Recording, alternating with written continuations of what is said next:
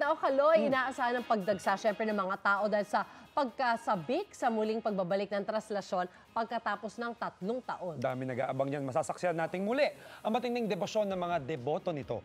Ang mga miyembro ng Hijos del Nazareno ay naghahanda na nga sa pagbabalik ng traslasyon. Oh yeah, busy sila. Magiging busy sila ng husto. At tayo naman may maagang paghahanda para sa pakaridad o paghahanda ng pagkain para sa mga deboto ng Nazareno na sasali nga sa traslasyon. Ano kayang ipapakain ni Mami Sue at ni Anjo? Kamusta kayo dyan? Good morning, hey guys!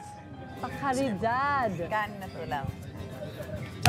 Yan! Balik po tayo dito sa Quirino Grandstand. Kasama ko pa rin si Anjo. At ngayon nga po, mayroon tayong inihandang breakfast dito para sa mga miyembro ng Hijos del Nazareno. Ayan, sila ho yung mga pagod na, walang tulog pa mula nung Sabado. At bago pa yung Sabado dahil sa kanilang preparasyon. Di ba, Anjo? Tama, Mami. So kaya ngayon mag-interview tayo, no? Kakausap tayo ng mga Hijos na present ngayon dito para sa pahalik sa Po ng Nazareno. Yes. Magandang umaga mga sir. Good morning po. Sir Arcel? Yes po. Sir Arcel, good morning. Sir Rohel, dito po tayo. Lapit po tayo onte. Sir, paano po kayo naging deboto ng Po ng Nazareno? Marami kasi akong hinihingi sa Panginoon. Kaya, when I was 12 years old, nagsimula na ako maging deboto. Yung mga hiningi ho ninyo natupad? Natupad naman po. Ang hinihiling ko, magmula nung maliit ako, maging isang seaman. Pero natupad naman po. Binigyan naman po ng Panginoon. Okay. Yun po ang pasasalamat ko hanggang sa ngayon. Nag-membro na rin kayo? Dire-diretso lang po. Hindi po ako tumigil hanggang sa ngayon. Nandito pa rin po ako. Ikaw, Sir Arcel, paano ka po naging deboto? Simula po nung dumaan yung isang grupo po na Anpon Anakbayan sa lugar po namin na nahikayat na po kami. Tapos simula po nung nakilala ko yung sarili ko sa pananampalataya. Ano yung isa sinasabi? May mga himala, may mga natutupad? Opo naman po. Every year naman po mayroong nangyayari. So lahat po ng kahilingan ng kalusugan at ng buhay, importante na po talaga yun. Iba pa po yung material at opportunity na binibigay ng Panginoon. So ngayong taon po, ano po yung hinihiling nyo? Ako po, ang inihiling ko po ay sa trabaho po talaga. Para po maging isang biyaya rin sa mga ibang tao.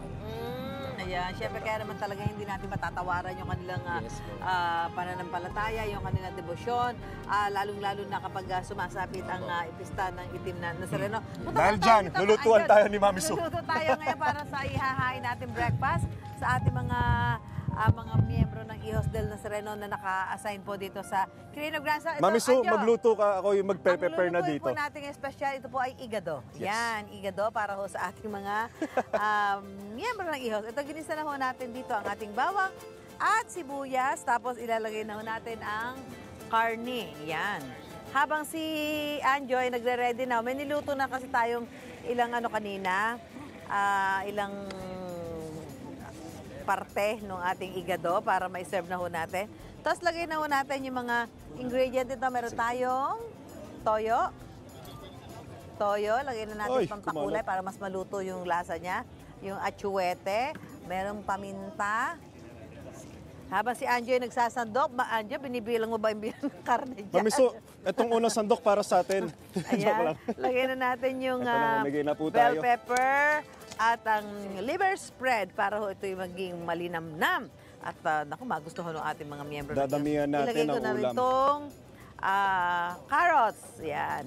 Mimix-mix natin para maging makulay ang ating inihahain. Oh, bango. Amoy na. Sana magustuhan ito ng mga miyembros ng Hijos natin at talagang makatulong sa kanila para mas Sir, ito na. sila, mga energy kain po kayo ngayong pong maigi. araw ito. Lagay ko na rin itong green peas at itong dahon ng laurel. Ayan. Okay. Siyempre, lalagyan natin ng kaunting suka para hindi mapanis. Ito ba suka natin? Ito. Yan.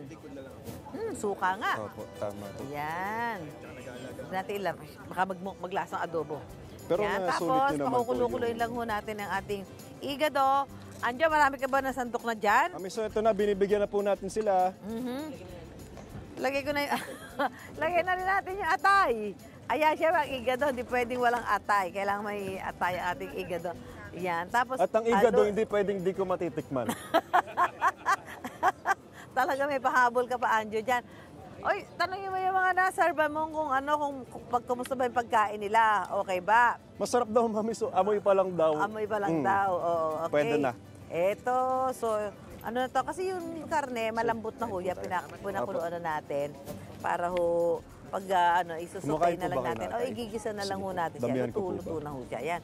Tayo na lang natin kumulo-kulo ito. Dadagdag pa natin to doon sa isi-serve natin sa ating mga miyembro ng IHOS dito nga po sa Quirino Grandstand para sa ating Punong-puno coverage po ngayong yan araw para nito. po sa inyo. Kaugnay ho ng bisperas ng pista Kain ng po kayo itim na maigi. Nazareno, ang traslasyon na magaganap po bukas. Yan.